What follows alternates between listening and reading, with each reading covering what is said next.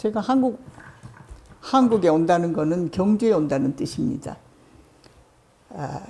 이건 이번에 처음 내가 경기권역 동창들이 카카오톡을 만들어서 했는데 한 아이한테 실수를 해서 내가 이번에 처음 발표한 건데, 비행기가 일본을 지나서 한국으로 이렇게 꺾어지는 때가 되면은 꼭 내가 화장실에 갑니다. 비행기. 그래서 복장하고 상관없이 비녀를 꽂고 제가 공항에 내립니다. 그거는 나대로 지키는 예절입니다. 예식에 가깝습니다. 그걸 한 번도 빠짐없이 그렇게 하거든요. 그러고는 식구들 보고 마중을 못 나오게 합니다. 그래서 마중 못 나오게 하려고 어떤 때는 날짜도 안 가르쳐 줍니다. 그것은 왜 그러냐 하면은 내려서 좀 우습게 들으실지 모르겠지만 남자같이 생겨갖고 내가 이런 얘기하면 좀 우스울지 모르겠지만 이 땅을 밟는 그 감격이 벅차서 그걸 다스리고 내가 사람을 만나볼 수 있어서 내가 또 이런다. 그래서 땅에다가 얼굴을 비비고 뒹구고 싶다고. 근데 그거를 남한테 들키면 우습잖아요. 그래서 그거를 안 들키기 위해서 집에서 아무도 마중 못 나오게 합니다. 그 핑계는 나 마중 나오다가 사고라도 나면은 누가 옳게라도 죽으면 나도 죽어야 되지 않냐고. 그러니까 못 나오게 하는데 코리안 에어를 한 170 몇 번을 탔습니다. 한국에 그만큼 많이 왔다는 얘기죠. 그런데 이번에는 제가 나이도 있고 그래서 조카가 뭐 어쩌고저쩌고 하길래 이번에는 주말에 왔습니다. 주중에 와야지 마중 안 나오는 사람이 뭐랍니까? 길티 필 이게 죄의식이 미안한 게 없으니까 꼭 주중에 옵니다. 주중에 와서 공항버스 타고 야탑까지 와서 야탑에서는 5,000원이면 집에까지 가니까. 그래서 집에 가서 단추 알고 이렇게 이제 열면은 우리 올카도 가서 습관이 돼서 형님 오셨네. 그게 답니다.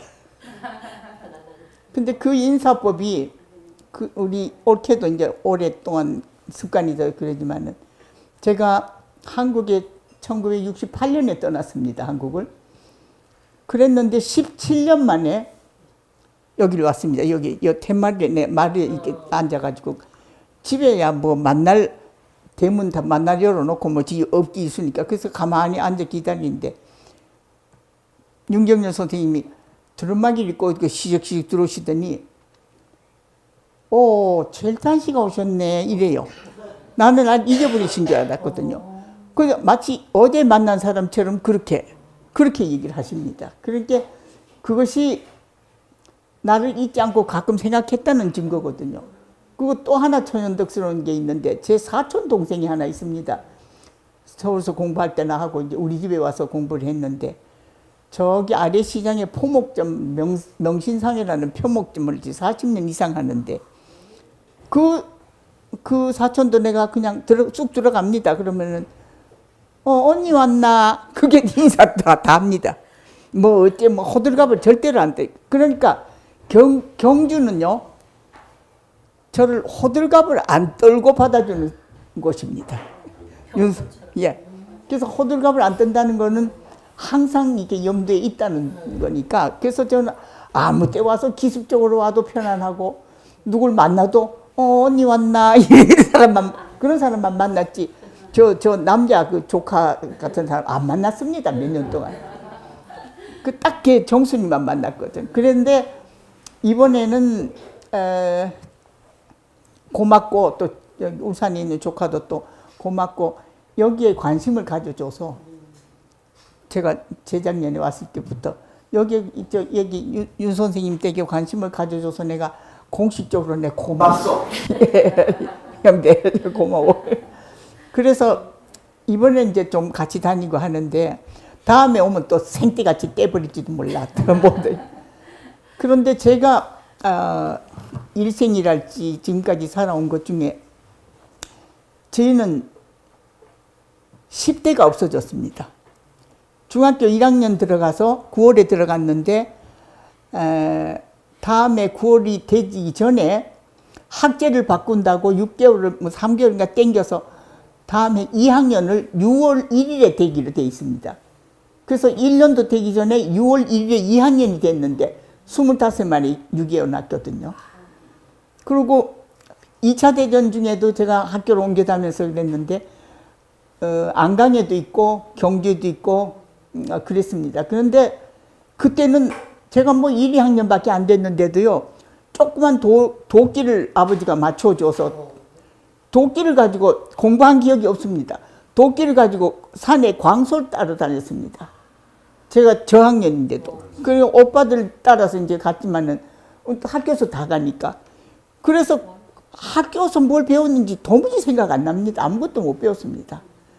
그러다가 이제 서울에 가서 뭐 어쩌다가 뭐 좋은 학교에 갔는데 1년도 되기 전에 2학년이 돼버렸고 2학년 되고 몇 주일 있다가 6.25가 났거든요.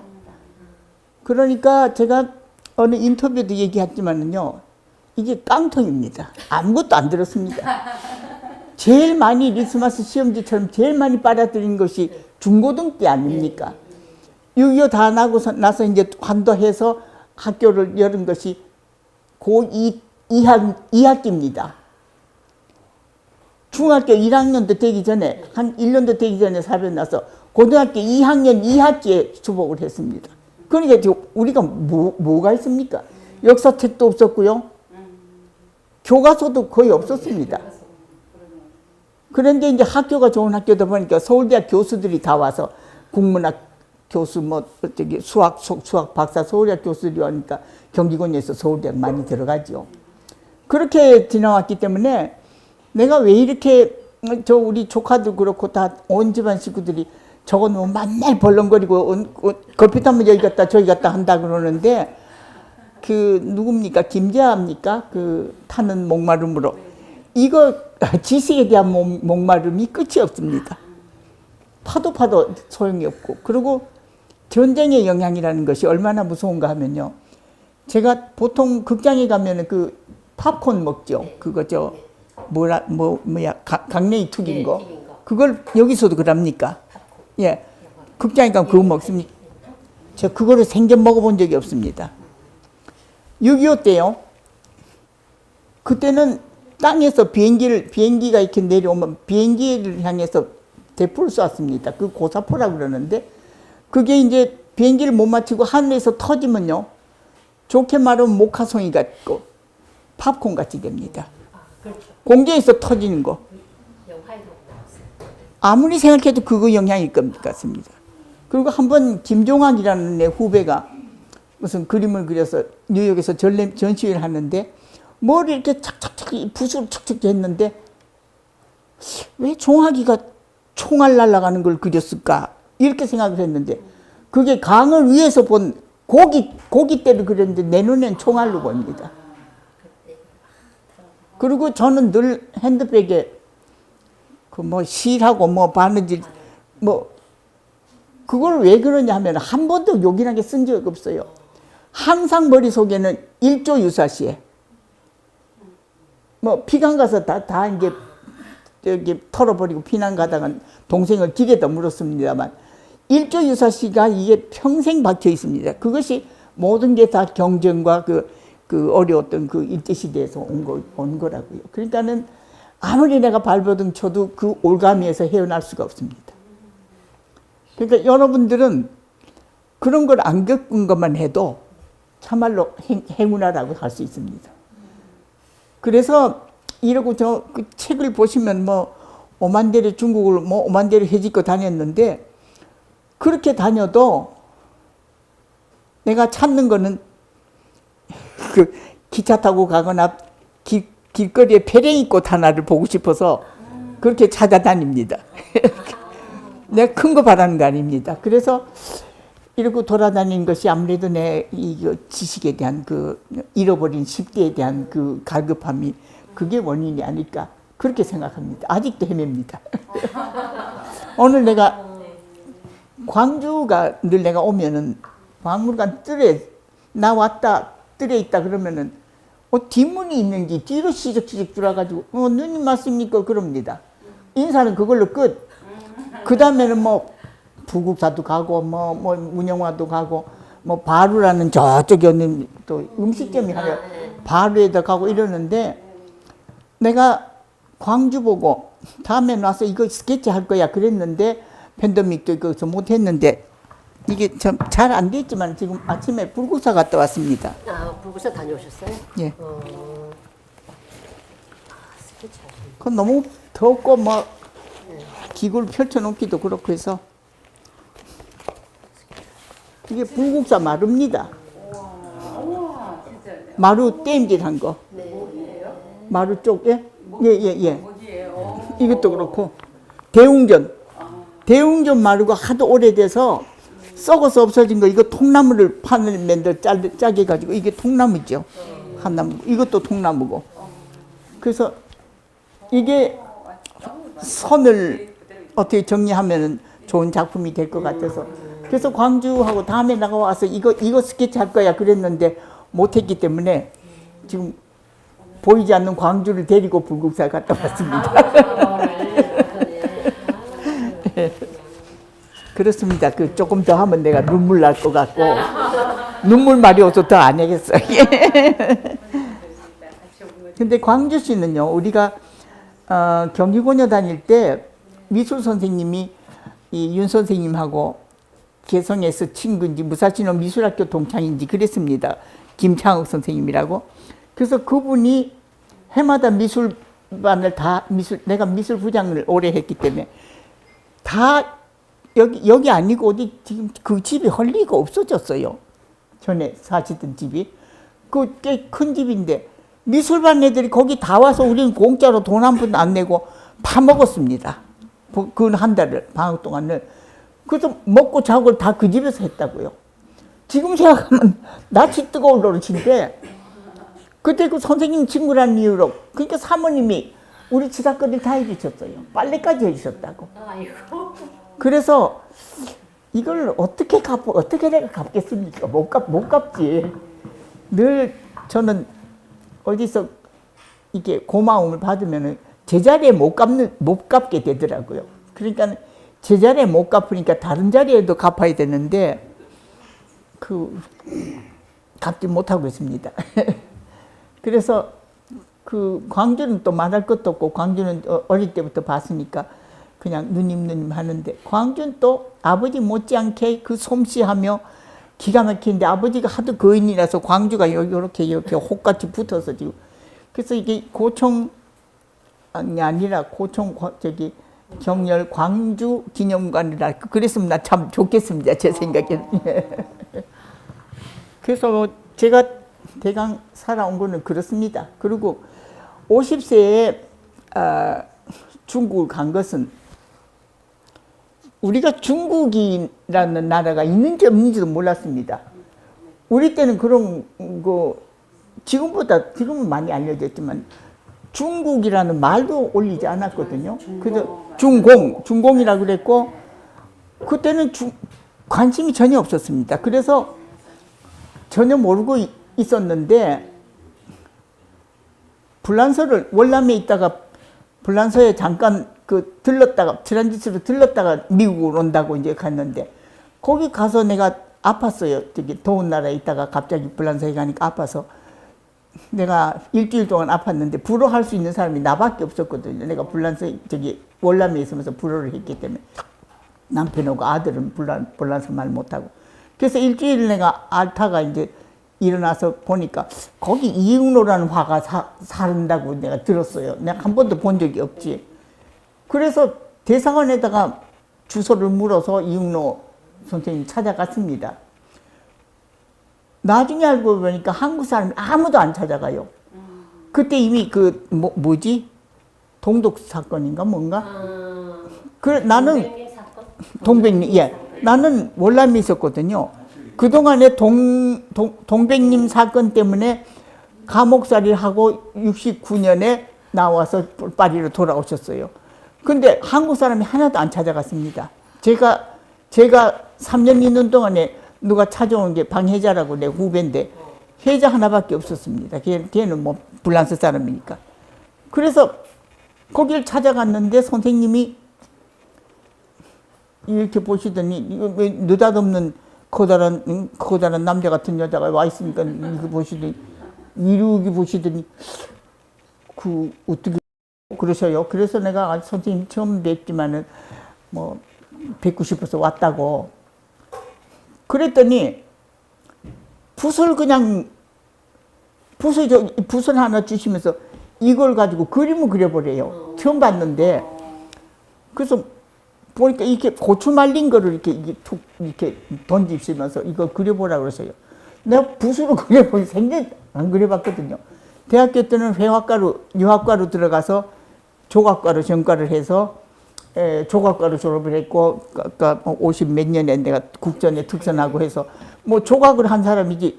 그래서 그냥 이거 큰일 났다 싶어서 그냥 이렇게 잡고 했더니 선생님이 이거 내가 자화자찬 하자고 얘기한 게 아닙니다. 이응로 선생님이 성경에 있는 말씀을 그대로 하셨습니다. 이게 자네가 무척 재주가 있다는 거예요. 처음 그리는데 잘 그렸다고 재주가 있는데 그것이 네가 만들어 가진 것이 아니기 때문에 네 게 아니라는 거예요. 그 성경 말씀 똑같죠. 그래서 그 무언가 생전 처음 듣는 소리니까 그래서 있었더니 자기가 만들어서 가진 자기 게 아닌 거를 어딘가 조상한테서 탔든지 나면서부터 타고난 거를 그거를 지 건 줄 알고 마음대로 버리거나 연마하지 않고 버리거나 폐기하면은 이렇게 안경을 이렇게 나쁜 사람이요 이러셔요. 그거 나 생전 처음 듣는 얘기거든요. 그래서 그냥 불란서에 주저앉기로 결정을 했습니다. 남편한테 나는 못 간다. 그리고 아들하고 또 아들을 그때 국민학교 5학년이었었는데 아들을 이제 한국에서 끌어내다가 이제 아들을 데리고 이제 그렇게 왔는데 아들은 또 내가 왜 그랬냐 하면은 적어도 걔들 세상에는 외국어 셋은 자유롭게 해야지 되는 거를 제가 확신을 했어요. 그래서 아들은 데리고 그리고 이제 그 국민학교 다니는 애들 데리고 이제 아들을 데리고 내 남편한테 탁 자빠졌죠. 나 못 간다. 그래서 남편 혼자 가가지고 돈을 뭐 조금씩 보내줘서 이렇게 살았죠. 근데 그렇게 살면서 꽃을 그려오라고 그러셨는데 꽃이 없어가지고 그 세무치엘 벨라셰즈라고 그 벨라셰즈 신부가 한 그 묘지가 있습니다. 그 묘지에는 유명한 아티스트들이 그 음악가들이 조르주 샹도 쇼팽의 애인이었던 조르주 샹도 거기 묻혀 있고 유명한 사람들이 묻혀 있는데 그 묘지 그 안내에다가 적어도 여기 묻힌 사람은 1시간 이상 세계적으로 유명한 사람이다. 그런 묘지가 벨라셰스가 있는데 거기에 늘 꽃이 있어요. 그래서 우리 집에서 가까워서 뒷문이 이제 문이 여러 개 있는데 가까워서 가서 꽃을 거기서 묘지에 가서 그렸습니다. 꽃 살 돈이 없으니까 묘지에 가서 그렸는데 하루는 나오려니까 문이 잠겨 버렸어요. 난 문이 있는 줄도 몰랐습니다.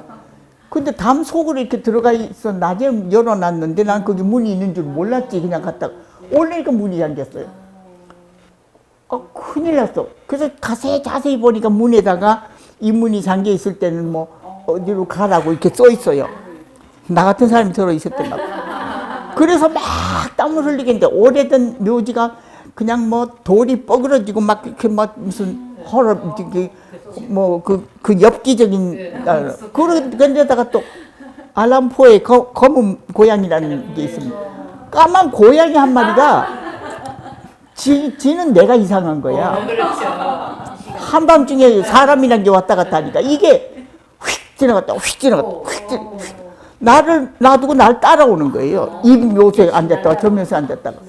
그래서 땀을 빨빨 흘리고 갔더니 문을 2개 지나고 3개째 보니까 그 늘 열어놓는 문이 수의실이 있어서. 그래서 집에를 얼마나 돌아서 그때는 전차표 하나도 아낄 때니까 그렇게 돌아서 왔습니다. 파리에서 그 짓을 하면서 제가 느낀 것은요. 남한, 북한이 똑같이 냉전의 희생양이라고 거기서 제가 생각했습니다. 왜 그러냐면은 그 셴젤마인이라고 그 동네에 가면은요, 우리가 중국이라는 나라에 대해서 전혀 인식이 없었을 때, 중공이라고 생각했을 때, 거기는 중국 물건이 다 와서 팔렸습니다. 뭐 수공예 수준이지만, 그 유지로 된 우산이라든지 화선지라든지 붓이든지 팔리고 있는 거예요. 그러니까 내가 우리는 중국이라는 그 나라가 있는지도 몰랐는데, 그렇게 있었다는 게 배신감 같은 거 있죠. 아, 우리만 빼고 저희들은 놀 거 다, 저희들이 할 거 다 하고, 장사할 거 다 하고, 저희들끼리는 다 노는구나, 이런 생각을 한 거예요. 그래서 그때 제가, 그리고 프랑스 사람들은요, 기차 타고 너희 나라에 가면 되지 않느냐고, 육지에 붙었으니까. 그걸 도저히 몰라요. 왜 내가 못 가는지를 몰라요. 그래서 이거 반드시 내가 이 수모를 꺾으려면은 여기서 내가 생각을 뒤집을 수밖에 없다 싶어서 거기서 내가 많이 이렇게 생각을 열었죠. 이래가지고는 아무것도 안 된다 싶어서. 그래서 그때 이미, 이거는 제가 여러 군데서 한 얘기지만, 그때 이미 72년, 그때 이미 세계는요, 이데올로기가 국가의 운명을 좌우하는 시대가 지났습니다. 72년에. 근데 지금도 그 공방이잖아요. 그러니까 우리가 앞뒤고 뒤지고가 아니라 생각의 폭을 넓히지 않으면은 평생 이루는 게 없이 죽지 않을까 싶습니다. 저를 포함해서. 그래서 그걸 뭐 빨갱이니 뭐니 그런 거 아닙니다. 그거 정의의 전쟁이 어디 있습니까? 다 이 나라 이익을 위해서 하는 것이지. 그래서 또 미국은 또 중공을 싸움하는 척하면서 뒤로는 거래 다 하죠. 또 우크라이나 또 이제 가니까 우리를 또 살살 꼭 부채질 살살 해가지고 거기 가서 또 우리 언제 해준다 그러니까 자기네 힘을 들거든. 자기 힘 들으니까 또 잘한다. 이게요, 세계 정세에 우리가 알라를 싸우는 거하고 똑같습니다. 그리고 미국은 대통령이 바뀌어도 그냥 사람들이 변화 없습니다. 근데 내 생각에 요새 한국도 그 선진국 비슷한 정치 형태와 국민의 의식이 그렇게 돼가지 않나 싶어서 상당히 희망적으로 보는데, 뭐 무슨 대통령이 뭐 지나가면 다 때려 죽일 대통령이지. 그러니까 지나간 대통령마다 때려 죽이면 대통령이면 이번 대통령도 조금 있으면 또 그래 될 거라고. 그러나 국민들 사는데 그것 때문에 무슨 내가 할 거 안 하고 그럽니까? 뭐 이제 선진국의 국가 형태가 됐다고 좀 느낍니다. 미국은 그 흑인이 대통령 됐을 때 잠깐 난리 쳤지만 뭐 그래서 왜? 뭐 보통 사는 사람들한테 지장이 없거든요. 한국도 그렇게 되지 않나 싶은 생각이 듭니다, 지금. 그래서 이건 내가 정치적인 얘기를 하려고 하는 게 아니라 우리가 정치를 무시할 수는 없거든요. 그래서 나를 한참 동안 이응로 선생 제자라고 빨갱이 화가라고 뉴욕에서도 지금도 그렇게 알고 있는 사람도 있습니다. 근데 재작년에 유엔 대사고 명연설을 한 분이 계십니다. 그 남북 관계에 대해서 마지막 연도에 자기 임기 연도에 유엔에서 그 연설한 것이, 당신네들은 그냥 하나의 분단 국가일 뿐이지만은 우리는 톱으로 허리를 잘라서 피가 철철 흐르는 일이다, 38선이라는 게. 그렇게 그 명령설이 있습니다. 오준 대사 연설을 찾으면 안 나올 겁니다. 그 오준 대사가 퇴임하고 나서 한국 가서 저하고 줌으로 인터뷰를 했습니다. 한 8시간 했는데 컨센트레이트 하면 짧게밖에 안 됐지만, 혹시 제목이 기억나시면 찾아보십시오. 나의 미술 선생님 최일단, 유튜브에 나왔었는데 지금도 나오는지 모르겠습니다. 나의 미술 선생님 최일단, 그리고 오준 대사가 만난 사람. 그런데 그것이 서울시의 디딤돌이라는 것이 그 문화인들 인터뷰한 게 있는가 봐요. 서울시 디딤돌에서 인터뷰를 한 겁니다. 그래서 오준 대사가 그걸 하고 나서 사람들이 조금 인식이 달라졌어요. 오준 대사가 내가 빨갱이가 아니라는 거를 얘기를 하셨어요. 그거는 누구냐 하면 오준 대사가 제가 여기서 남자 중앙중학교의 역사상 여선생 1호였습니다. 그때 여선생이 없었는데 그랬을 때 자기가 그때 미술반에 들어왔었다고 난 다 잊어버렸죠. 그래서 늘 선생님 하고 그랬거든요. 그래서 그분 인터뷰에 한번 찾아보십시오. 아직 있는지 모르겠습니다. 그리고 그 다음에는 이제 영사관에서 작년에 한 거는 여러분들이 보셨을 것 같고 보셨죠? 작년에 못 봤는데. 형제 자네 봤지? 예. 네. 작년에 뭐 유튜브에 나오나요? 그거 아직도 있으면 드렸으면 좋겠다. 그래서 이렇게 뭐 일생일지 뭐 반생일지 모르겠지만은 저는 한 번도 조용할 때가 없습니다. 이렇게 사느라고 정신 차릴 새도 없고 근데요 정신 차릴 새가 없는 것이 계속 하다 보면 정신 차릴 일도 없어요. 맞습니다. 그래서 얼마 전에 우리 동창생하고 얘기했습니다만 어떤 경우에도 저는 사람 미워해 본 적이 없습니다.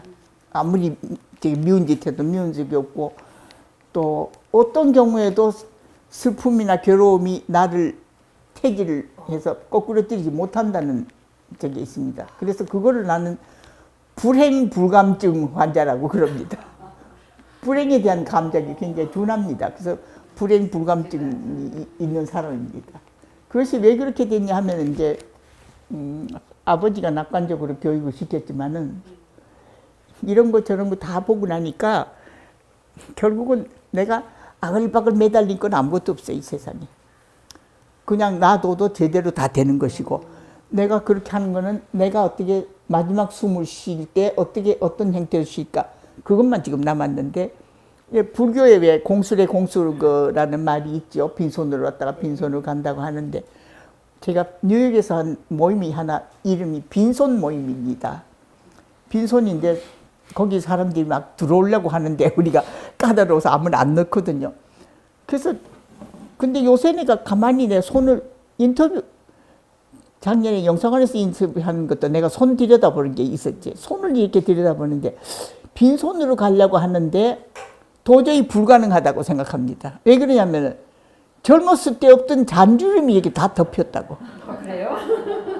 젊었을 때 없었습니다. 그런데 잔주름 천진데 요 속에 때가 끼어 있잖아요. 아무리 비누를 씻어도 때가 끼어 있잖아요. 자자분한 쓰잘데없는 욕심이 여기 가득 차 있는데 내가 무슨 재주로 빈손으로 갑니까? 그래서 지금은 빈손 포기.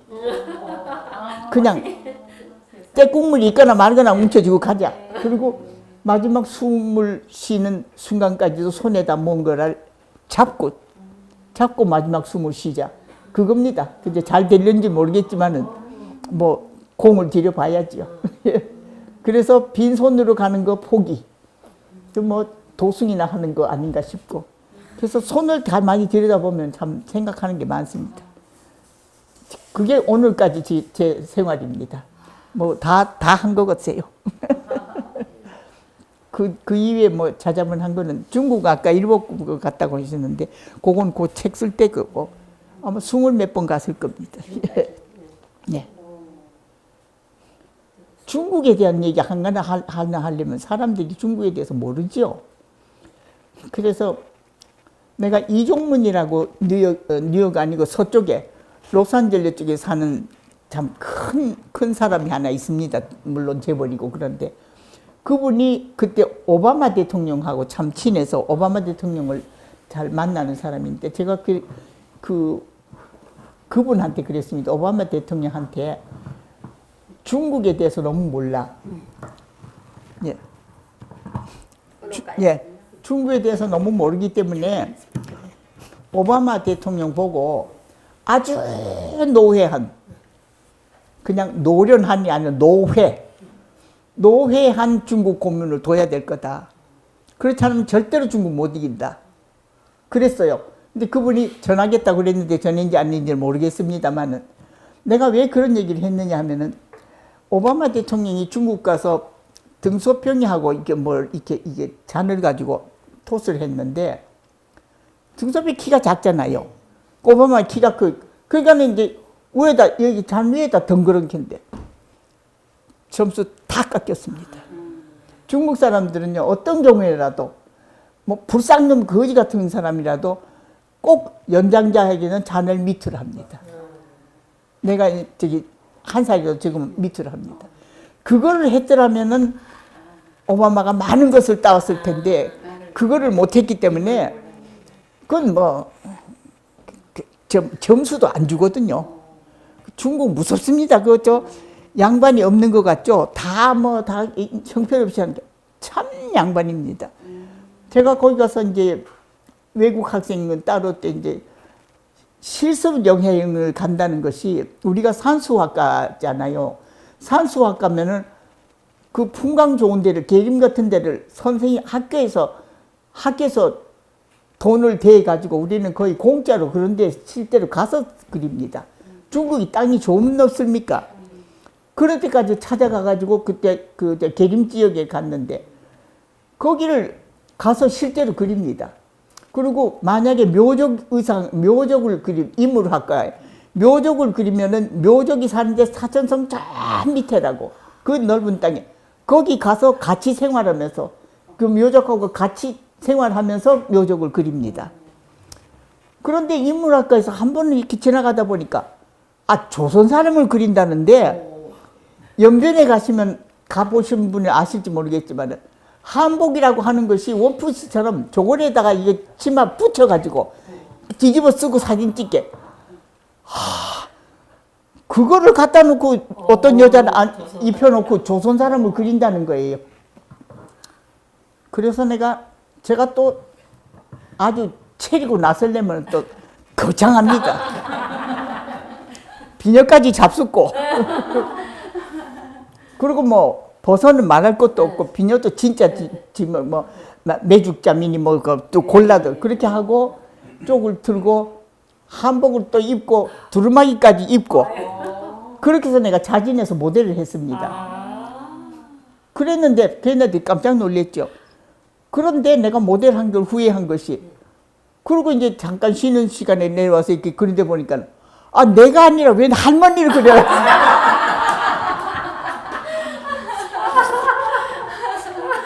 그 생각이 안 해요. 그때 내가 50이었거든요. 다른 애들 눈에는 그렇게 정확하게 보이는데 나는 이거 웬 할머니를 그려라. 사람이라는 게 그렇습니다. 요만큼의 두께만 들춰봐도 약점투성이 그런 게 접니다. 그 학생들은 20대고 네. 그 학생들은 그 대학생이니까. 대학생들. 예. 18살. 거기 그 학교 입학률이 100대 1입니다. 굉장합니다. 그 프라이드가. 그 뭐 아무것도 없이 뭐 식당에서 한 그릇에다가 뭐 밥하고 뭐 때려서 이렇게 지방에 가서 먹으려고 이렇게 엘리베이터 타는데 보면은 그 밥통을 이렇게 들고 또 쫙 뻗어가지고 굉장합니다. 프라이드가. 그리고 곳곳에 가서 무슨 예술계통에 보면 다 그 학교 출신들이 잡았고 그 중앙미술학원이라고. 근데 그래서. 외국에서 갔는데 받았었어요? 내가 외국 국적이니까 받아줬지. 한국 사람 아니니까. 한국 사람 아니에요? 네, 예. 외국 사람 마음대로 유학했는데 그러니까 내가 눈이 번쩍 띄었죠. 불란서에서 내가 그러는 걸 저희끼리 노는 걸 보고 내가 다음 목적지는 저기다. 불란서에서 중국을 향해서 눈총을 쏘아댔겠죠. 그래서 이제 85년에 내가 시민권 받자마자 소련 여행하고 그 길로 불란서 북경에 가서 학교를 그냥 시찰하고 그러고 갔는데 입학원서가 왔는데 입학원서가 그 미술학교에 입학 자격이 몇 가지 있습니다. 인민을 사랑해야 되고 노동을 사랑해야 되고 그 다음에 뭐 무슨 소질 이런 건 하나도 없고 끝에가 뭐겠습니까? 한 가지 더 있습니다. 끝에가 뭐를 사랑해야 될까요? 원상당? 당을 사랑하나? 당을 사랑하나? 아니면 과학. 그때? 과학을 사랑해야 된다고 되어 있습니다. 그거를 공산당이라고 무시할 수 있습니까? 예술 사람인데? 그래서 그래서 내가 갔다 왔기 때문에 그걸 뭐 칭찬도 이게 아니라 우리가 눈 떠야 됩니다. 우리가 옳다고 생각하는 것이 많은 경우에 오류가 너무 심하니까 저도 마찬가지지만 그래서 뭔가 알아야 되고 무언가 공부를 해야 되고 그 끝이 없습니다. 파도 끝이 없으니까 점점 팔수록 더 아는 게 더 많아지는 게 사람이지 않았습니까? 그래서 겨우 내가 아무것도 모른다는 걸 조금 눈꼽만큼 알 뿐입니다. 지금 90년을 가까이 살아도 그게 접니다.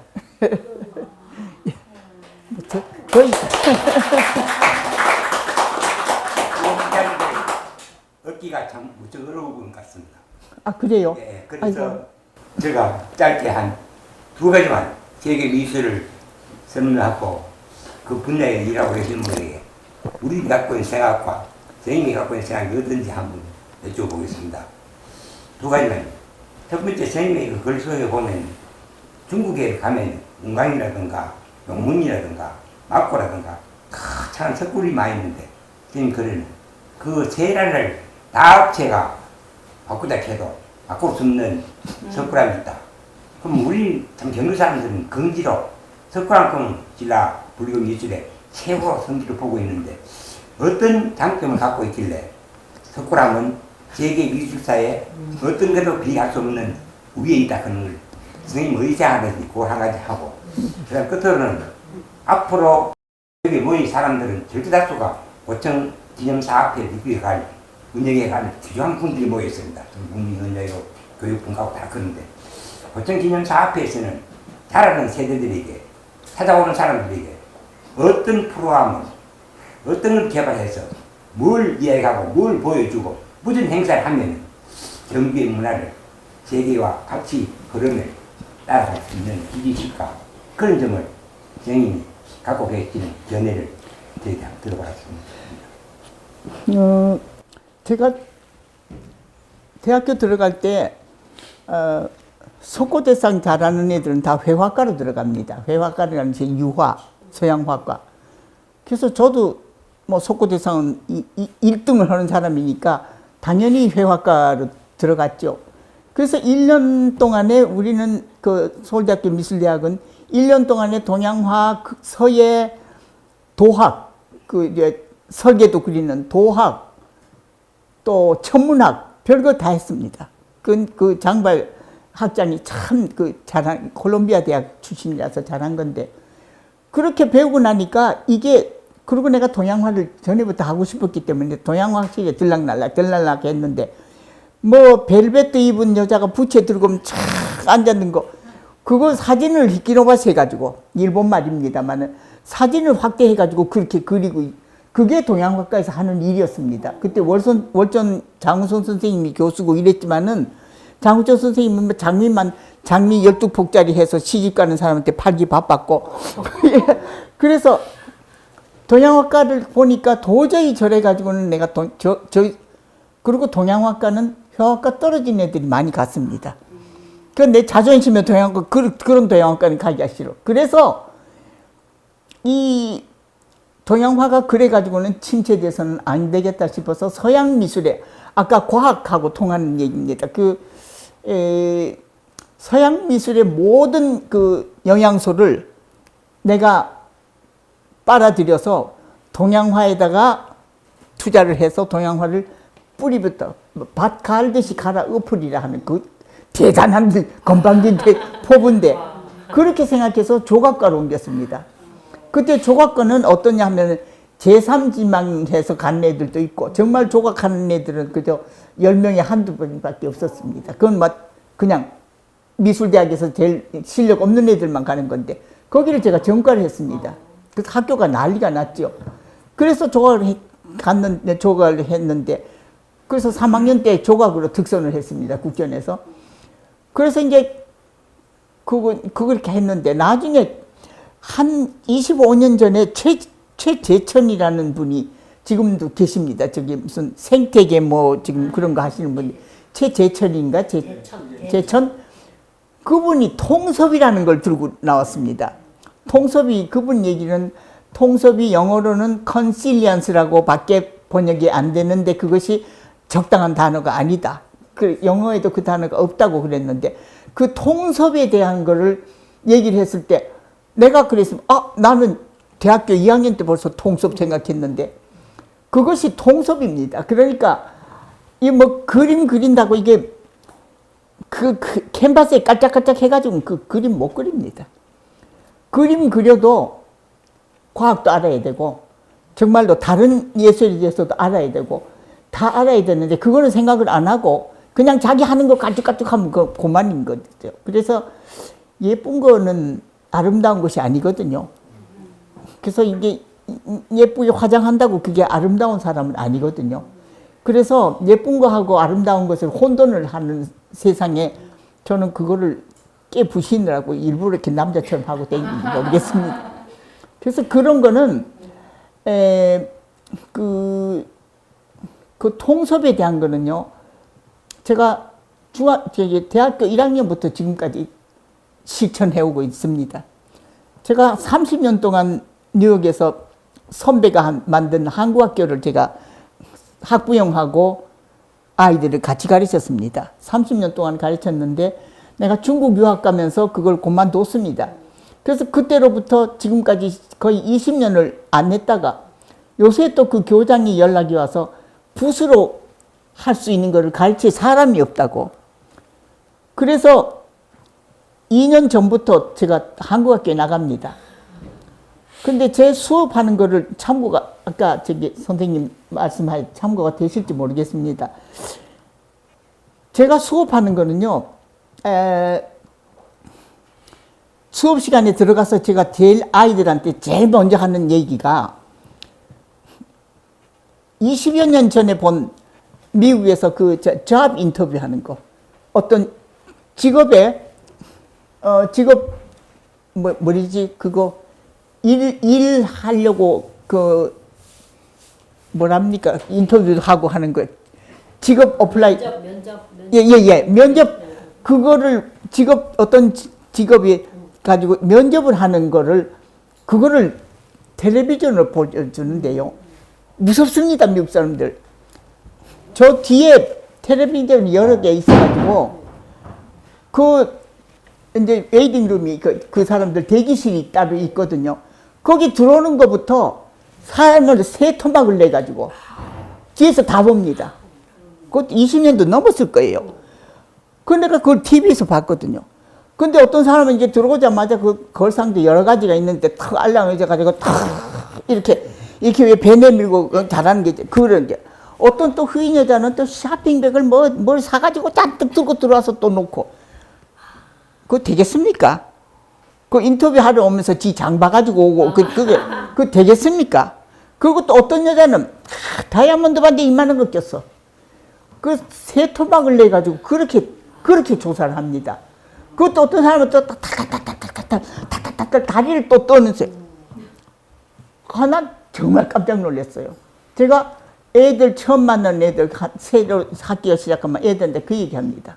그래서 한국 애들이 많이, 미국 애들도 그러지만 여러 가지 불안정성, 여러 가지 요인에 의해서 다리를 떨거나 이렇게 물어 뜯습니다. 이민 생활이요, 혹독합니다. 그게 부모가, 애들은 영향이 없다지만 부모 영향을 반드시 받거든요. 참 어렵습니다. 그러니까 어떤 애들 말을 또 이래가지고 영어도 안 되고 이제 이래가지고 기어 들어가는 소리를 하고 이랍니다. 그거 잡 인터뷰하면 그런 사람 되겠습니까? 그래서 내가 그 얘기를 하고, 첫째, 다리 떠는 사람은 내가 때린다. 왜 그러냐 하면은 다리만 떨면 다리만 떨린 게 아니라 손도 다 반드시 떨리거든요. 그럼 붓이 떨리면 그거 되겠습니까? 그래서 붓은 이것이 우리가 그냥 붓을 털이 있는 그게 아니고 지축을 향해서 주사바늘을 꽂는 것이다. 지구의 한가운데를 위해서. 그렇게 하려면은 이게 몸이 컴파스 같아서 컴파스가 똑바로 하지 않으면 이거 원이 안 그려지잖아요. 그래서 이 컴파스를 똑바로 세우지 않으면 붓이 이게 되지 않기 때문에 그 과학이죠. 똑바로 서지 않기 때문에 똑바로 앉아야 되고, 그리고 다리를 떨면 이것이 안 떨릴 수가 없거든요. 그래서 그걸 내가 첫째로 얘기합니다. 그 다음에 지금 3년 됐거든요. 다시 나가서. 요새는 때릴 일이 없습니다. 다리 안 털어요. 걔들이요? 전 요만큼도 여유를 안 줍니다. 걔들하고 나하고 서로 맞겨려워서 걔들도 손해보지 말아야 되고 나도 손해보지 말아야 되거든요. 이건 치열한 대결입니다. 그 수업 시간이라는 것이. 그런 의식을 뭐 가지고 있는 사람이 많지는 않겠지만 저는 이 수업 시간에는 아무것도 사람 교장이 와도 못 들게 합니다. 절대적인 왕이고 내가 수업에 있어서는 선생은 왕이고 노예다. 애들이 정말로 노예라도 서비스 할 게 있으면 그렇게 해야 되니까 왕이고 노예다. 그렇게 얘기를 하는데 지금 그 2세 교육에 그 말씀을 하셨는데 요새 내가 바로 프로젝트 하고 나오는 거는 그렇게 강경 일본도가 아니라 음악 전공하는 사람한테 노래를 한 3분짜리를 골라달라고 그랬습니다. 그래서 3분짜리를 3번은 애들을 먹을 직접 가게 합니다. 먹을 가면서 3분짜리 음악을 3번을 들려줬습니다. 그러고 나서 점을 찍든지 종이 밖으로 놨든지 종이를 찍든지 마음대로 아무 제약 없이 네 마음대로 해라. 그 음악을 들으면서. 그래서 그거 음악을 천천히 들으면서 아이들을 그리는데요. 한 14명쯤 됐는데 추상마다 그렇게 훌륭한 추사가 없습니다. 똑같은 방법으로 그 어머니들, 부모들 했는데 부모들은 종이에 붓을 못 대요. 그러니까 애들은 개발하면 되는데 부모는 이미 굳어서 그렇다고요. 그러니까 부모가 이렇게 자기 개발을 하려면 그만큼 힘이 듭니다. 그래서 그 다음에 이제 그렇게 추상화를 그리죠. 그 다음 시간에는 다음 시간 이제 2시간쯤 돼서 그 다음에는 뭐 하냐면은 애들 그린 거를 앞에다 칠판에 다 놔두고 뭐든지 자기가 고르고 싶은 그림을 하나 골라서 그 그림을 내가 분필로 이만큼 스페이스를 쳐주고 요 안에서 이 그림을 보고 네가 하고 싶은 바디 랭귀지를 해라. 몸으로 네가 고른 그림을 네가 몸으로 표현을 해라. 그럼 뭐 어떤 놈이 이런 놈도 있고 뭐 점 찍은 거 보면 이런 놈도 있고 어떻게 해도 그거는 잘못이 없거든요. 잘하는 사람도 없고 잘못하는 사람도 없습니다. 그런 거는. 그러니까 저는 점수를 안 매깁니다. 학년만 해도 점수를 안 매깁니다. 다 A-, 그래서 교장이 이게 무슨 성적표나 그러는데 저는 절대로 점수 안 매깁니다. 어떻게 그 사람의 개성을 그게 우열을 구합니까? 그건 절대로 안 되거든요. 그래서 그렇게 제가 하고 있습니다. 그러니까 혹시 참고가 되시면 내가 오늘 박물관 학교를 생각을 하면서 그 생각을 했습니다. 그럼 그 열린 생각이 아니라 내가 30년 했기 때문에 그게 나오는 겁니다. 그래서 여러분들이 이제 장차 여기를 다 이게 문화를 책임지고 일으켜야 되는데 머리를 짜십시오. 머리를 짜고 생각을 하고 해서 그러면 반드시 결론이 나올 겁니다. 그리고 한 번 시행해서 안 되면 거기서 얻는 걸로 또 다시 시정을 하고 끊임없는 노력만이 되기 때문에 제가 여기 오면서 내가 참 걱정을 많이 했거든요. 이게 두 분이 사그러지고 나서 이게 어떻게 될 건가. 근데 와보니까 뭐 이게 용광로가 지금 불이 붙어서 제가 굉장히 기분이 좋습니다. 예. 그래서 제가 수업하는 얘기는 그거는 거저된 거 아닙니다.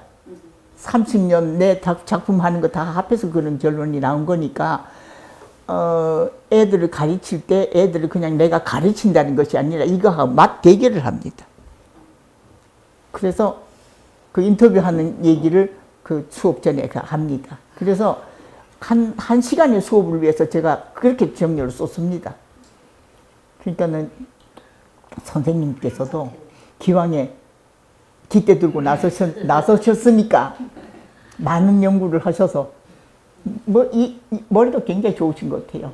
뭔가 많이 나올 것 같습니다. 석굴암이 왜 세계 최고 작품입니까? 석굴암. 그 질문하셨어요. 석굴암? 그 질문하셨어요. 석굴암? 예. 석굴암이 왜 중국의 석굴 세계가 안 바꾼다. 그렇게 석굴암의 얼굴만 보고 얘기합시다. 얼굴이 왜 좋습니까? 석굴암 얼굴에 대해서 생각을 해보신 분 손 좀 들어보세요. 왜 좋습니까? 저기 저는 작년, 재작년 4월 초파일 날 석굴암 부처님 앞에 가니까 이유도 모르겠는데요. 눈물이 자꾸 나게요. 난 이유를 얘기하는데 이유도 모르겠네. 아, 좋습니다. 예. 또 다른 분은요? 살아있는 생동감을 숨결이 살아있는 것 같은 살아있는 그런 피부 결이라든가 표정이라든가 이런 것이 실제 사람 피가 흐르는 것 같은 그런 뭔가 모르게 그 앞에 서면 중압감에 겸손해지고 고개가 숙여지고 엄숙해지고 존경하고 싶고 이런 생각이 드는 건 웬 걸까요? 왜 그럴까요? 또 다른 분? 내님의 힘을 들리면 굉장히 무섭고 엄밀하게 보이고 눈물이처럼 굉장히 부드럽게 보인다. 보는 사람의 그 가진 마음에 따라서 볼 때마다 항상 전하는 자기 반응입니다. 그런 생각을 들고 네. 자기가 마음이 있는데 저는 좀 딱딱하게 봅니다. 석굴암에 가보십시오. 보통 부처님이 눈이 깁니다. 이까지 왔어요. 우리는 여기 앞에 붙었거든요. 앞에 구멍만 빠끔 뚫어졌는데 이까지 옵니다. 가만히 생각해 눈 감고 보세요. 이까지 갔어요. 그럼 이게 길잖아요. 만약에 이 긴 눈을 번쩍 뜨면 어떻게 되겠습니까? 눈밖에 없지. 왕눈이 그래서 슬쩍 가보면 그 커보지 않거든요. 그래서 이렇게 내리 깔고 있는 거고, 이 길이, 요 코 중심하고 이 길이하고 입술하고 길이를 한번 보세요. 거의 같습니다. 그러면 지금 여러분들 서로 보세요. 우리는 어른이 돼갖고 이게 이거보다 짧습니다. 한번 보세요. 여기를 이렇게 열집자로 이렇게 해서 이것이 이거보다 짧습니다. 어딘지 젊어 보이는 사람은 요게 짧을수록 젊어 보입니다. 왜 그러냐면 비례가 어린애 비례는 보통 이거하고 이게 같습니다. 그러니까 석굴암 부처님도 그렇고 한국 부처는 몸뚱이는 다 어른 몸뚱이를 하고 얼굴이 아기 비례입니다. 예, 아기의 얼굴 비례입니다. 그런데 형태는 눈이 기다랗게 어른 형태죠. 그런데 비례는 아기 비례. 그게 얼마나 오묘합니까? 그 제가 발견한 제 이론입니다. 여기 비례하고 이 비례하고 눈하고 이렇게 지금 여기 중심을 해서 여기 중심하고 이 눈끝. 눈끝하고 네, 예. 우리는 요리밖에 안 되잖아요. 네네 요밖에 안 돼. 근데 부처님이 이만큼 가거든. 예. 그거 하고 이렇게 콤파스 돌려서 입하고. 예, 예. 이거하고 같으면은 어려 보입니다. 지금 여러분은 다 이게 짧거든요. 이게 길고. 그리고 나이 들어 보면 뭐 말상이고 저거 뭐 그런 사람 하죠. 이렇게 날아서 이게 훨씬 깁니다. 문원장님 어디 갔나? 예. 그러니까 어릴 때는 부처님 같은 얼굴이었는데 자라면서 이 사람이 이렇게 길어지고 이거는 별로 안 늘어나고 그렇게 되는 것이죠. 그래서 그거는 개똥 철학이지만은 제가 어디 가서든지 자신 있게 얘기하는 겁니다. 비례가 그건 과학적이죠. 관찰 과학. 그래서 비례가 눈이 이만큼 깁니다. 그거 뜨면 이만해져요. 그래서 감는 척하고 이렇게 보일 듯 말 듯 그러잖아요. 그거 뜨면 어떻게 되게 안 되지. 비례가 안 되지. 그래서 이게 굉장히 깁니다. 이만큼. 예. 보통 눈이 앞에 비켰는데 부처님 다 이만큼 갔습니다. 그래서 이거를 나는 남이 해놓은 걸 보고 이제 90년이나 살아서 인제서 겨우 이게 보고 하는 건데 그거 한 사람이 얼마나 현명한가, 얼마나 우수한 예술가들인지 감탄을 하죠. 그러니까 석굴암에 가면 내가 그냥 안 보고 싶어요. 너무 황홀해서. 그러면 이런 거 살아있는 것도 말할 것도 없고 그리고 지금 서울에는 방가 사유상 두 기가 동시에 저기 전람회 저기 뭐 하고 있는데 하나는 이렇게 동글동글한 삼상관, 예, 예. 하나는 영락이 삐죽삐죽하고 있는 그런 거 같은데 삼상관에 이렇게 올려놓은 발을 보면은 발가락이요. 이렇게 엄지가 이렇게 돼 있고 이렇게 뒤집어져 있습니다. 이거는 아주 용을 쓰는 발가락이에요. 그러니까 사유한다는 것을 이런데 편안하지만 발가락이 굉장히 뭉쳐 있는 거예요. 그것이 그 조각의 표정이 됐어요. 파리에 가면은 지옥의 문이라는 큰 이 집보다 높은 그 조각인데 그게 문이야. 거기 지옥에 떨어지는 사람이 막 있어요. 그 한가운데 뭐가 있습니까? 내 빤스 어디 갔나 생각하는 사람. 생각하는 사람. 로댕의 빤스라고 생각하는 사람인데 그 생각하는 사람의 옆으로 보면요. 이렇게 숙여져 있습니다. 왜 그러냐면 보는 사람이 밑에서 올려다 보기 때문에. 내가 이렇게 뻣뻣이 앉았으면 턱밖에 안 보이잖아요. 이렇게 고개를 숙이고 이러고 뭘 재고 있는데 다리에다 이쪽에다 이렇게 얹어놨는데 이 발가락을 보면요. 굵은 발가락이 이렇게 제껴져 있습니다. 다른 건 이렇게 되고. 브루데르라는 프랑스 조각가 있는데 그 사람은 그 활 쏘는 사람을 이렇게 활을 잡고 건장한 사람이 이렇게 했는데 바위에다가 의지를 해서 이렇게 힘을 주는 건데 바위에 이렇게 있는 발이 사자발 같습니다. 바위를 틀어지고 그러니까 떨어지지 않을 만큼 그게 힘이 거기 이제 힘이 거기다 표현하는 건데 이렇게 조각이 발로 표현합니다. 다 조각마다 그런 건 아니지만은 그래서 제가 그거를 언젠가 한참 전에 한국 무슨 어디다 썼습니다. 그랬더니 한국에서 제일 유명한 사람이 그거를 그대로 카피했습니다. 로댕의 발과 방가 사유상의 발가락을 했는데 그건 두고 볼 거예요. 내 선배인데 네. 그렇습니다. 그러니까 사람 뭐 아는 만큼 보인다고 하지만은 보는 거를 송곳으로 꼽듯이 보면 보입니다. 그리고 언제 가장 눈이 밝아지냐 하면은 낙인 인터뷰에 나오지. 가장 내가 비참했을 때, 그건 죽고 싶도록 비참했을 때가 있었습니다. 그럴 때 내 눈이 제일 밝았습니다. 내가 비참하고 슬프고 이렇게 괴로우면요, 죽느냐 사느냐밖에 생각 안 합니다. 그럴 때 내 눈이 제일 밝아요.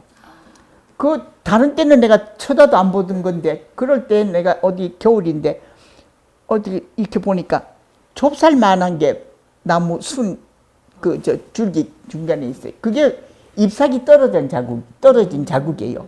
근데 딱 좁쌀만한 게 있는데, 그게 평소엔 안 보입니다. 내가 내 내면 세계에 잠겨서 나를 죽였다 살렸다 할 때야 그것이 보입니다. 작은 것. 근데 그것이 내년에 필 싹이잖아요. 그게 잎 떨어지자마자 거기 생기거든요. 그래서 그걸 들여다보고 있으니까 청년 미국 젊은 여자애들이 쥐들이 보더니 아무것도 안 보이지 않아서 뭘 보느냐요. 그래서 내가 내년 봄을 보고 있다 내가 그랬어요. 그러니까 그것이 내가 가장 비참했을 때 보였어요. 그러니까 비참하다고 내가 인생 끝이다 생각할 필요가 하나도 없습니다. 그럴 때 내가 제일 샤프하다, 영어로 샤프하다 그러죠. 제일 내 직관이 날카로울 때입니다. 그렇게 생각하시고 슬프거나 괴로울 때 내가 이게 제일 날카로울 때구나. 이때 보는 거는 참말로 전곡을 찌르겠구나. 그렇게 생각하십시오. 그러면 불행을 안 느끼게 됩니다. 그래서 제가 불행불감증입니다. 여러분이 괴로운 분이 계시겠지만은 그 괴로움을 그렇게 바꿀 수가 있어요. 괴로울 때 내가 가장 날카롭다. 관찰력이 가장 예민하다. 그렇게 생각하시면요. 그래서 저는 어디 여행하는데 저 사람도 생때같이 내가 떼기를 해서 어떤 때 섭섭할 겁니다. 뭐 간다 그러면 모시러 갈까요? 하면 오지 마라. 어젠 자기 와이프를 또 보내라는데 오지 마라. 왜 그러냐? 나 혼자 다니기 위해서.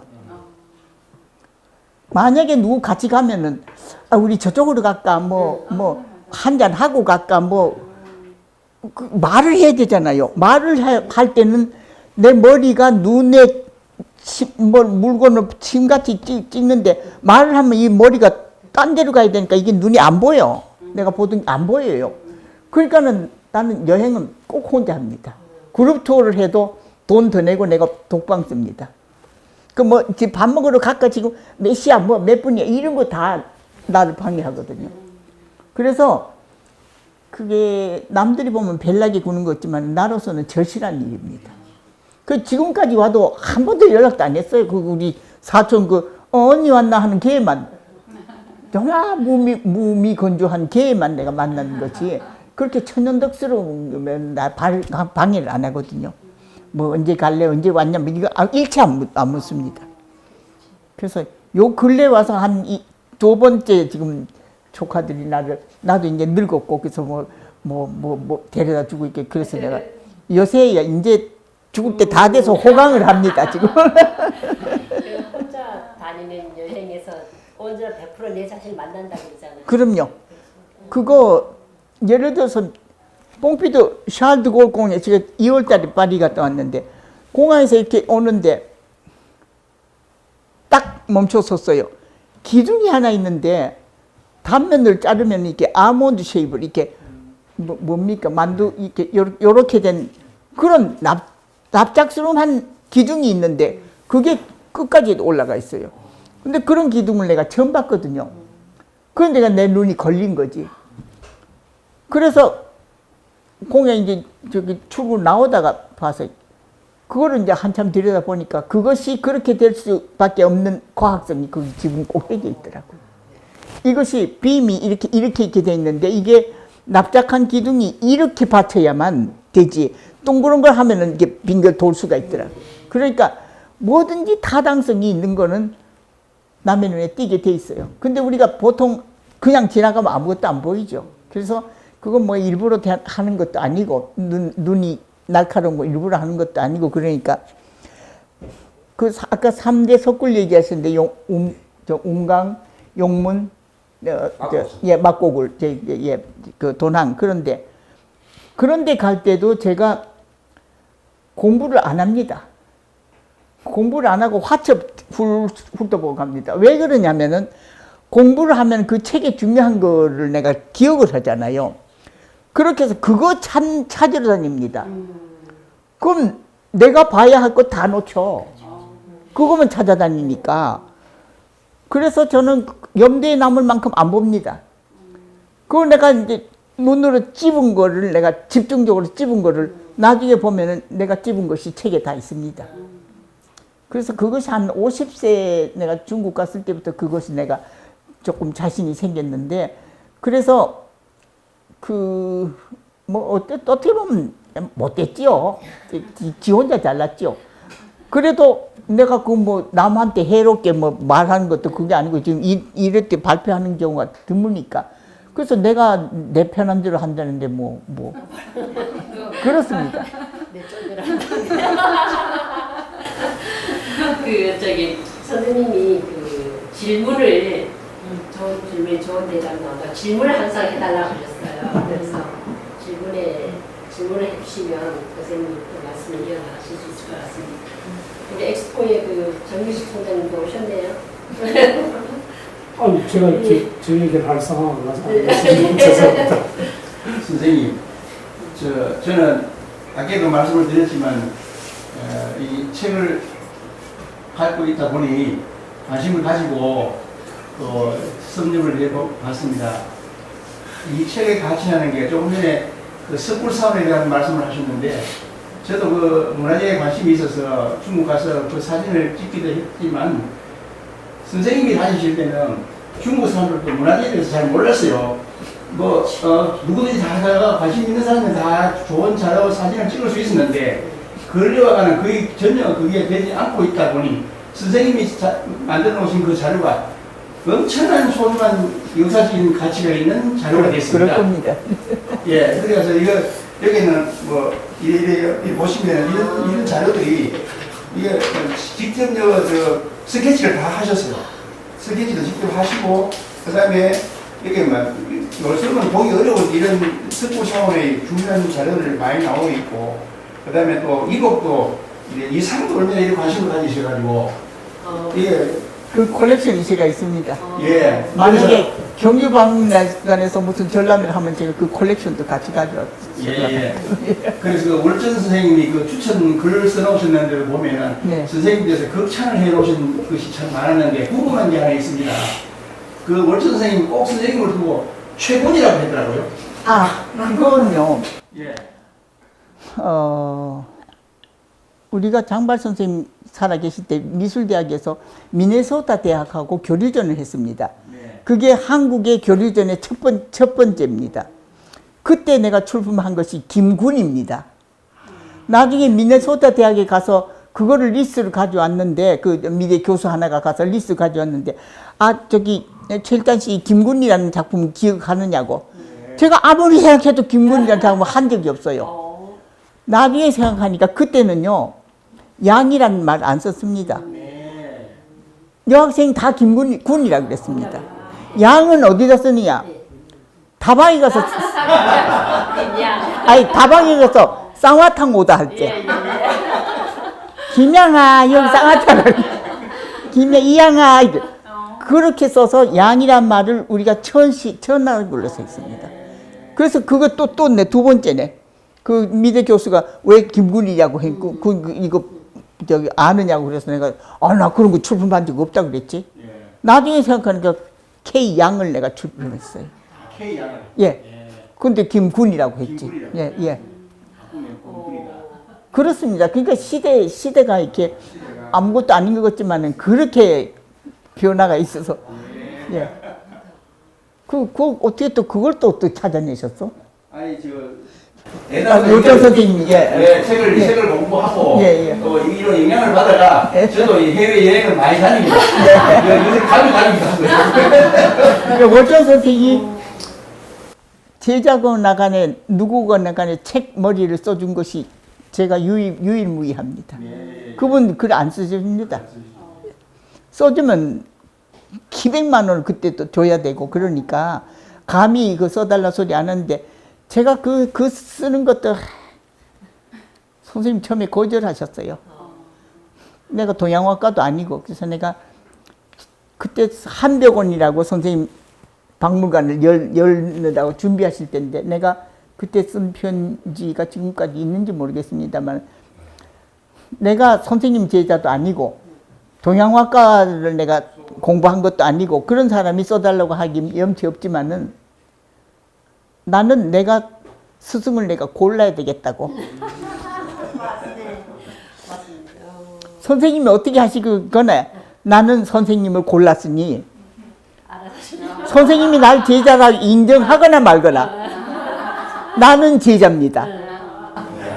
그렇게 드리게 해가지고 그렇게 드리게 해가지고 3권 다 써주셨잖아요. 예, 3권 다 써주셨어요. 그러니까 원전 선생님이 나한테 항복했다 그러셨어요. 그래서 중국의 그 미친 화가 주답에 비교를 하셨는데 여기 윤경열 선생님은 저보고 새로운 왕호 천축국전이라고 그렇게 평을 하셨습니다. 예. 그 책을 그랬습니다. 그러니까 그 책은 사실 거기 뭐 이렇게 거북한 얘기도 많이 있죠. 그때 뭐 아직 젊었으니까 이게 뭐 이렇게 메노포즈 그게 그 뭐지 폐경기가 안 됐을 때니까 그거 비닐봉지 여기다 내가지고 이렇게 묶고 댕겨서 7시간 8시간 변수도 없이 그 버스에 중국 털털이 버스에 타고 가면요. 그때 내가 저기 책에 쓴 거니까 그 얘기하겠습니다. 폐경기 때가 돼서 확 덩어리가 쏟아질 때입니다. 그런데 내릴 때가 있나 저기 풍림도까지 가면 8시간 버스를 타야 되는데 그러니까 뉴욕에서 쇼핑백을 가지고 가서 그 손잡이에다가 다리에 끼고 여기다 이렇게 묶고 그러니까 이제 여기 이제 쇼핑백이 있죠. 그래야지 안 새니까 옷에 안 묻으니까. 그래서 내리면요 체열 때문에 그거가 다 마릅니다. 그래서 걸으면 톱으로 이렇게 쓸고. 그 프랑스, 베트남에서 그 당시에 그 생활이 어떤 작품 세계나 아니면은 그 이후에 그 영향이 있었나요? 영향이 좀 있었습니까? 베트남에서 제가 막내를 낳았습니다. 막내를 낳았는데 월남에서 뭐 낸이라고 집에 일하는 사람이 있었고 그랬는데 애는 내가 안 떼놓으니까 불어를 배워야 되는 알리앙스 프랑스에도 다녀야 되는데 애를 데리고 갔습니다.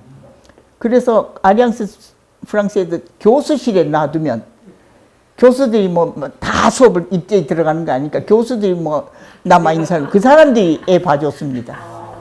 그렇게 하고 이제 이게 자전거 뭐 이렇게 자전거를 해서 가는 거 3년차 같은 거 있잖아요. 월남 사람들 이게 발로 지어서 가는 거 그거를 타고 그렇게 다녔는데 그때 내가 32세인가 그랬던데 공부 안 됩디다. 선생님이 금방 얘기할 때는 그만 잘라보고 그러면 알아듣겠어. 근데 그 소리면 까맣게 모르겠는 거야. 그러니까 공부가 때가 있다는 말이 참 맞습니다. 그러니까 이제 놓쳐버린 10대가 더 아쉬워진 것이죠.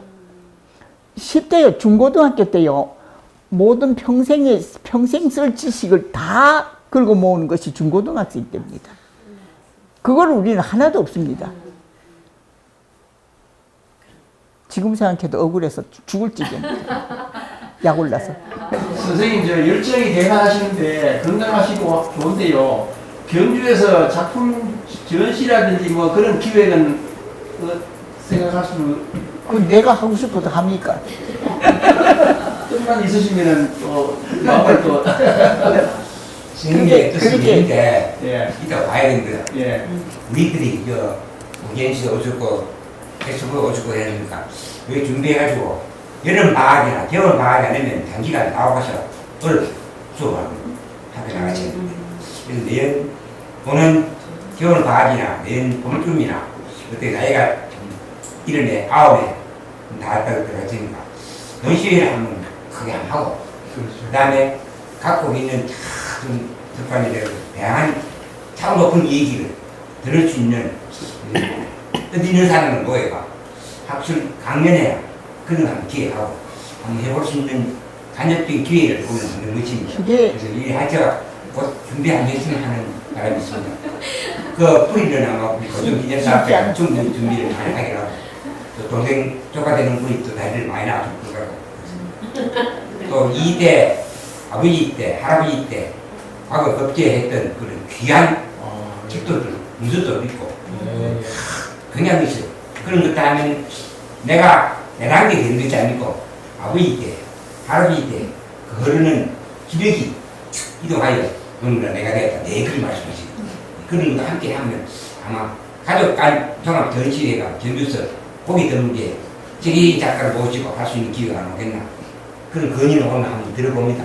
네. 선생님은 아마 우리가 한다고 각오하고 모든 예산을 떼가 비행기 보험료가 물어가면서 잘하면 충분하지 않겠는가 물어 뗄세. 아니 그렇게 할 수 있으면 왜 내가 네. 사양하겠습니까? 그런데 그 참 어렵습니다. 경주가 할 수 있는 여건만 예산 문제가 있고 응하시겠다. 돈 안 예. 되죠. 그래. 근데 문제는 이제 마음도 문제지만은 예. 작품을 이제 미국에서 여기까지 운반해 오고 가고 이런 절차들이 지금 금방 얘기했는데 비용 문제도 예, 있고 비용 문제가 쉽지 않을 겁니다. 그래도 유명한 작품들은 일부는 누아이들이라든가 지금 활동했던 무대에 들어져 있는 것도 좀 빌려봐가 하고 그러니까 이제 어떤 뭐 시민적으로 하든지 뭐가 작은 단체 안 되고 다른 모임은 안 될 거고 큰 데서 어떻게 해야 될까? 예, 그런 뭐 우리를 뭐 만들어 보는 것도 마음만 있으면 합니다. 쉽지가 않죠. 하려고 마음 먹는 장소는 있지 않습니까? 소고기 수원도 좋고 요 문화 전당에 그것도 위치가 얼마나 좋습니까? 그 경량하고 있는 남경 엔지니어링 살기 회사 선생님 질문이 있습니다. 우리 저기 예.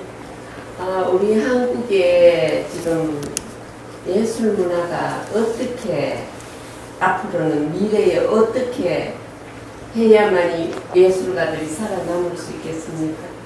그 여러분들이 잘 알지 내가. 내가 선생님은 미국 시민권자인데. 멀리를 보시니까 좋은 말씀 그냥 부탁드립니다. 저는 그렇게 생각합니다. 개인이 노력을 하면 그것이 중국에 가면요. 게림에 가면 대나무가 이렇게 큽니다. 잎사귀가 이만해서 비라도 이렇게 오면 툭툭툭툭툭 무슨 둔탁한 악기같이 그러는데요. 그게 멀리서 보면요. 여우꼬리같이 이렇게 돼 있습니다. 그것이 위에서 이렇게 저희끼리 모여가지고 커다란 여우꼬리같이 이렇게 돼 있습니다. 개인이 열심히 잘하면 그것이 저절로 뭉쳐져서 파워가 된다고 생각합니다. 그 게림에 가면 참 장관입니다. 그게 높은 건 200m까지 자랍니다. 이렇게 큰 것이. 그 위에 가서 그게 어울려가지고요. 정말 여우꼬리 같이 아주 소담한 덩어리가 돼서 이렇게 돼 있습니다. 그러니까 그건 뭐 중국에 가서 내가 본 거지만은 그게 큰 거 아니라도 풀폭이라도 여기서도 얼마든지 볼 수 있을 겁니다. 그래서 방법은 없는 것 같습니다. 각자가 그저 죽을 똥을 싸고 노력하는 것밖에. 이건 똥 얘기하다 보니까 지금 똥인데 이게 개똥입니다. 개똥을 그린 건데 이걸 이게 개똥인데 그려놓고 보니까 이게 날 이러고 쳐다봐요. 그래서 이 제목은 뭘 봐? 지가 하는 소리인지 내가 하는 소리인지 몰라. 이 작품 제목이 뭘 봐입니다. 어떤 미국 큐레이터가 하나 장자를 좋아하시는군요 그러더라고요. 그래서 그렇다고 그랬죠. 근데 이거는 왜 이렇게 됐냐 하면은 내가 겨울 아침에 우유가 떨어져 우유 사러 날이 새까 말까 한데 우유 사러 나가는데 저쪽에서 뭐가 꼭 뱀 춤추는 것처럼 뭐가 싹 올라간다고요. 그래서 가까이 가보니까 그야말로 그 미국 사람들 말하듯이 후레쉬 개똥이야. 금방 녹아가지고 김이 그것이 뱀 춤추는 것처럼 보입니다. 어둑하니까. 그래서 들여다보니까 그거 괜찮아 형태가. 그래서 그려봤지. 근데 붓을 탁탁 댔는데 이게 올까지 거의 이렇게 생겼습니다. 그렇게 했는데 다 그려놓고니까 내가 지를 그린 게 아니라 지가 나를 이러고 봐요. 무슨 짐승 같이 그렇게 돼서. 그래서 뭘 봐라고 했는데 이게 유명합니다. 제 작품 중에. 근데 제 딸이 도자기 흙을 가지고 이거를 보고 작품을 하나 했는데 나는 개똥을 그렸는데 걔가 또 이 개똥을 보고 개똥을 만들었어. 도로.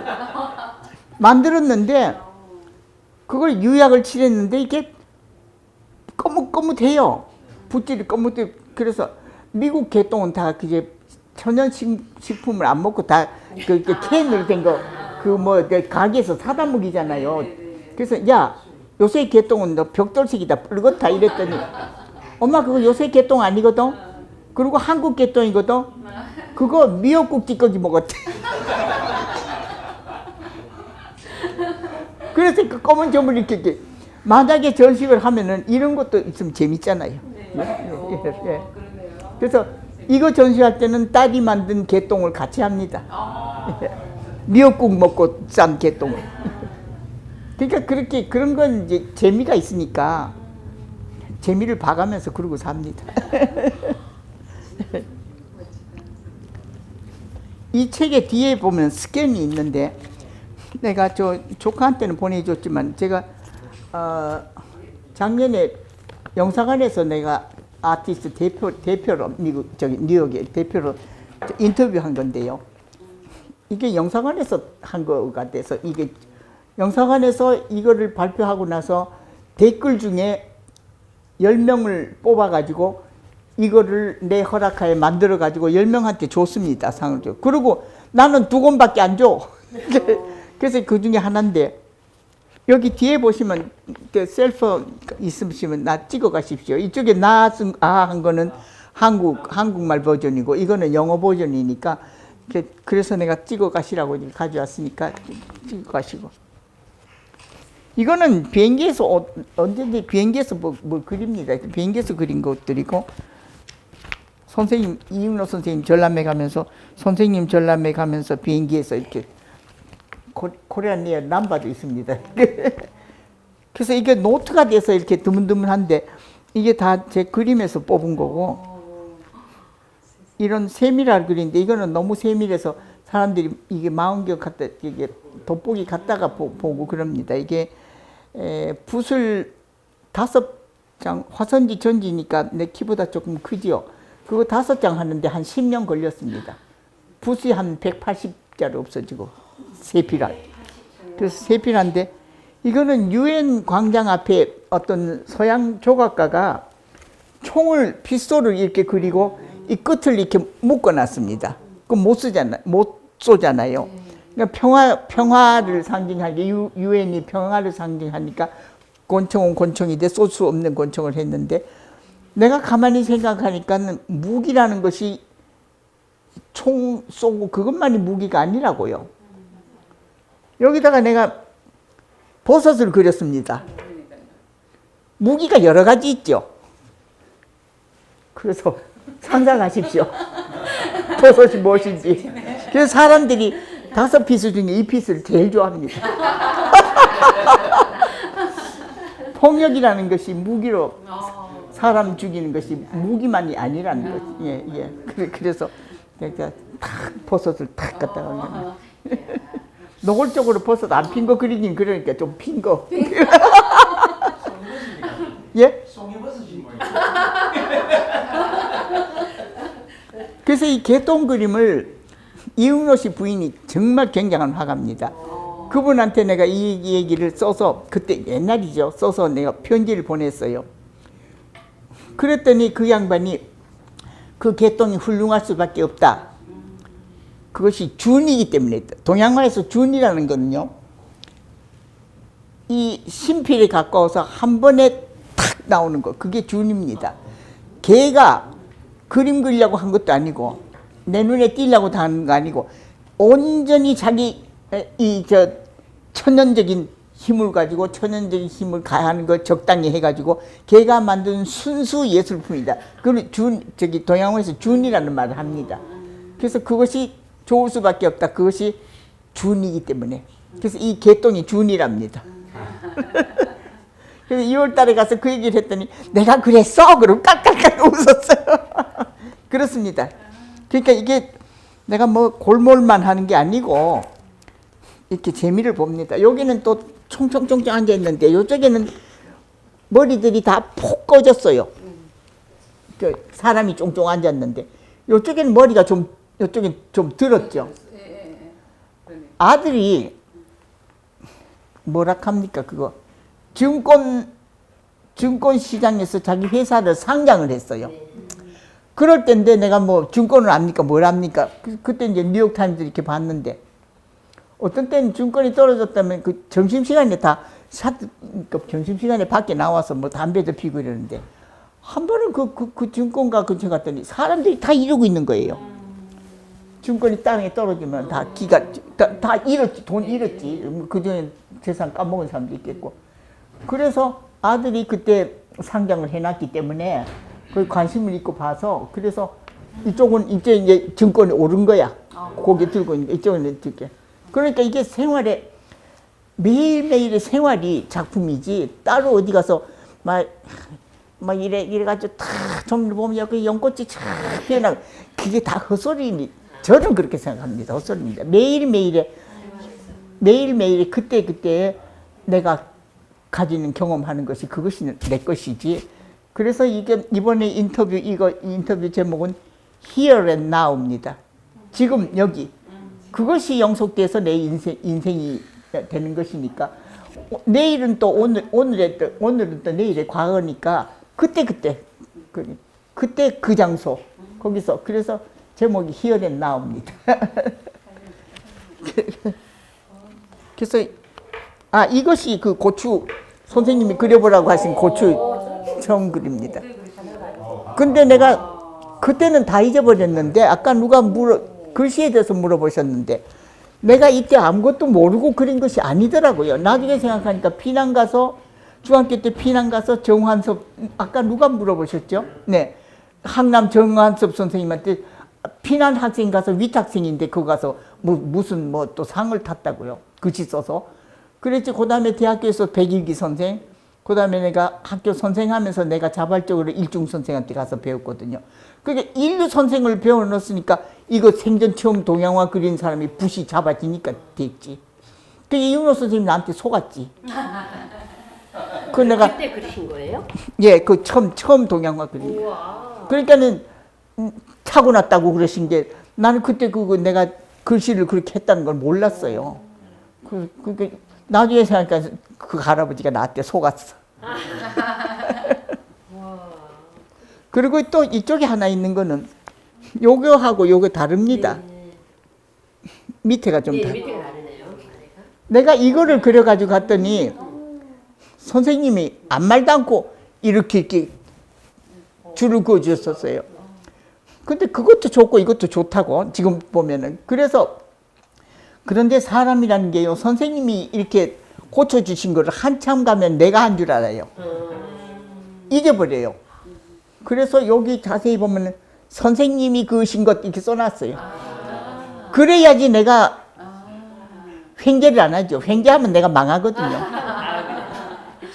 그래서 나를 경계하기 위해서 이렇게 선생님이 그으신 것 그렇게 되어 있습니다. 그런데 두 개 어떤 것이 좋은지는 각자 다릅니다. 이 의원들이. 네, 그래서 이거는 내가 공부한 태도에 대한 얘기겠죠. 절대로 선생님 것도 내가 거저 내 걸로 꿀떡 안 삼키겠다는 저거죠. 그 이윤호 선생님한테 내가 제자란 말을 안 썼습니다.